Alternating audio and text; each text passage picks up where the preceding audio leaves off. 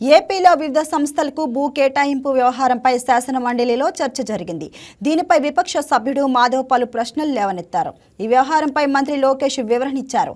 ఇదే సమయంలో హైదరాబాద్లో అప్పటి ముఖ్యమంత్రి చంద్రబాబు కంపెనీలకు భూముల కేటాయింపు వ్యవహారాన్ని గుర్తు చేస్తూ వివరణ ఇచ్చారు.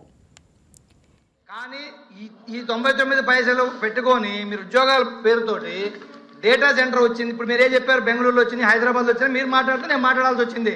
మీరు ఏదైతే చెప్పారో డేటా సెంటర్ తీసుకొచ్చారు, మేము తీసుకొచ్చి మీరు కంటిన్యూ చేశారు. మేము అప్రిషియేట్ చేస్తున్నాం మిమ్మల్ని కూడా, కాదనట్లేదు. కానీ అధ్యక్ష గూగుల్ ఆల్ఫాబెట్ కంపెనీ అధ్యక్ష 24 లక్షల స్క్వేర్ ఫీట్ ఆఫీస్ స్పేస్ రెంట్కి తీసుకొని 22,000 సీటింగ్ కెపాసిటీ తోటి అధ్యక్ష వారం క్రితమే అధ్యక్ష కర్ణాటకలో కంపెనీ పెట్టుకుంది. అదే విధంగా మనం ఎందుకు మూవ్ అవ్వలేదని అడుగుతున్నా అధ్యక్ష.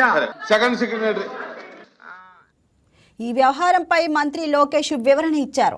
సభ్యుడు మాధవ్ మేధావి అంటూనే అమెరికాలో చదివారని అనుకుంటున్నాను అన్నారు.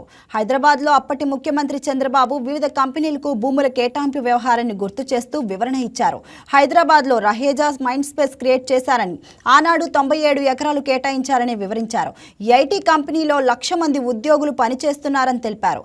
గ్లోబల్ కేపబిలిటీ సెంటర్ క్రియేట్ చేయాలంటే వాటిని కట్టించి అద్దెకు ఇవ్వడం జరుగుతుంది అన్నారు. హైదరాబాద్ మైండ్ స్పేస్ నిర్మించిన భవనంలో ఫేమస్ కంపెనీలు తమ ఆఫీసులు ఏర్పాటు చేశాయని గుర్తు చేశారు. కొన్ని కంపెనీలు సభ్యులకు తెలియకపోవచ్చన్నారు. వాళ్లు జీసీసీ నిర్మించాలని భావిస్తున్నారని, వాళ్లతో తాము 3 సార్లు జూమ్ మీటింగ్లో మాట్లాడానని, బెంగళూరులోని వారి ఆఫీస్కు వెళ్లి స్వయంగా చూశానని తెలిపారు. ఆ కంపెనీ దేశవ్యాప్తంగా 150 జీసీసీ వారు నిర్మించారని, 1,45,000 ఉద్యోగులు పనిచేస్తున్నట్లు వివరించారు. మనిషి బాగా బ్రాండింగ్ చేసుకున్నారు, మంచిది అధ్యక్ష. అయితే టీసీఎస్ అంతకి ఇవ్వాలని డిమాండ్ చేసిందా లేదా ప్రభుత్వమే ఆఫర్ చేసిందా తెలియదు కానీ అధ్యక్ష, ఐటీ కంపెనీలకు ఇస్తామని చెప్పి రియల్ ఎస్టేట్ కంపెనీలకు అయితే భూములు అత్యంత తక్కువ ధరలకైతే ఇచ్చేస్తున్నారు అధ్యక్ష. ఇప్పుడే చెప్పినట్టుగా రహేజా డెవలపర్స్కి 99 పైసలకేమో 27 ఎకరాలు కట్టబెట్టడం జరిగింది అధ్యక్ష. అలాగే అడ్రస్ లేని ఏం చేయాలన్నా కేబినెట్లో చర్చించిన తర్వాత నిర్ణయం తీసుకుంటామని తెలిపారు. 99 పైసలకు భూములు కేటాయింపు వ్యవహారంపై గతంలో తాను ఛాలెంజ్ చేశారన్నారు. ఆయా కంపెనీలకు తాను ఇచ్చినట్టు నిరూపిస్తే రాజీనామాకు సిద్ధమని ఆనాడే చెప్పానన్నారు. తాము భూములు ఇచ్చిన కంపెనీలు క్రెడిబిలిటీ బ్యాక్గ్రౌండ్ చూసి ఇస్తున్నట్లు చెప్పారు మంత్రి లోకేష్. ఇదే సమయంలో మాధవ్ జోక్యం చేసుకున్నారు. ప్రజలకు కొన్ని నిజాలు తెలియాలి అన్నారు. వెంటనే మంత్రి జోక్యం చేసుకున్నారు.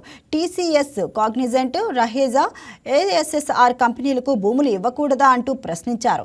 దీనిపై న్యాయస్థానంలో వీళ్లు పీల్ వేశారని, చివరకు కోర్టు కూడా మొట్టికాయలు వేసింది అన్నారు. ఇదే సమయంలో గూగుల్ డేటా సెంటర్ ని వైసీపీ ప్రభుత్వం తీసుకొచ్చింది అని మాధవ్ అన్నారు. దీనిపై కూటమి ప్రభుత్వం కంటిన్యూ చేసిందంటూ చెప్పడంపై కూటమి నేతలు మండిపడ్డారు.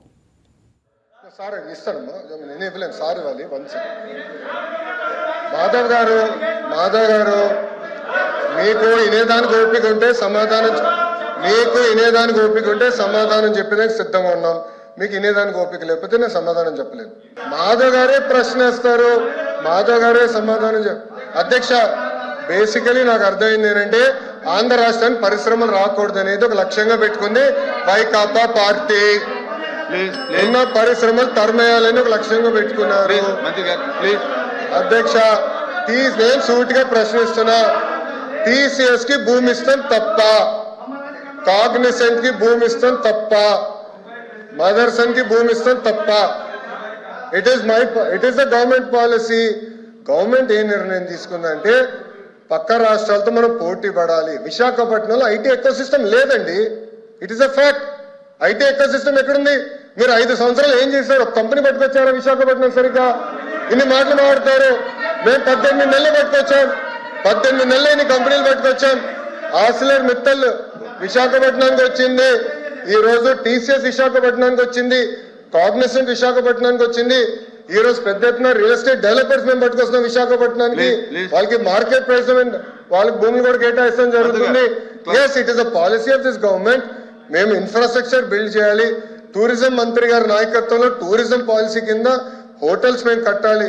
ఎందుకంటే అధ్యక్ష, నేను ఐపీఎల్ మ్యాచ్ జరిగినప్పుడు వెళ్ళా, అక్కడ ఒక ఫీడ్బ్యాక్ వచ్చింది, ఇక్కడ హోటల్స్ లేవు, ఉండాలంటే మాకు హోటల్స్ లేవని వాళ్ళు కూడా ఫీడ్బ్యాక్ ఇచ్చారు. హోటల్స్ కూడా కట్టాలి, కన్వెన్షన్ సెంటర్ కట్టాలి, ఒక ఎకో సిస్టమ్ ఏర్పాటు చేయాలి. అధ్యక్ష, 1994 నుంచి 2004 మధ్యలో కూడా ఆనాటి ముఖ్యమంత్రి చంద్రబాబు నాయుడు గారు అతి తక్కువ ధరలో ఆనాడు హైదరాబాద్లో భూములు కేటాయించారు కనుకనే ఐఎస్బి హైదరాబాద్లో ఉంది, మైక్రోసాఫ్ట్ హైదరాబాద్లో ఉంది, ఇన్ఫోసిస్ హైదరాబాద్లో ఉంది, టీసీఎస్ హైదరాబాద్లో ఉంది. అట్లా అనేక పరిశ్రమలు వచ్చి ఈరోజు ఒక జీసీసీ క్యాపిటల్ అయిందంటే దానికి కావాల్సిన మొత్తం ఎకో సిస్టమ్ కట్టాం అధ్యక్ష.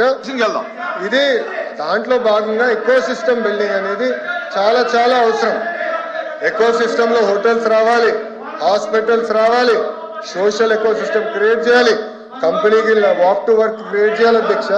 ఈ మొత్తం ఎకో సిస్టమ్ క్రియేట్ చేసడానికి నేను కష్టపడుతున్నాను అధ్యక్ష. ఈ వీడియో మీకు నచ్చినట్లయితే లైక్ చేయండి, షేర్ చేయండి, మా ఛానల్కి సబ్స్క్రైబ్ చేయండి.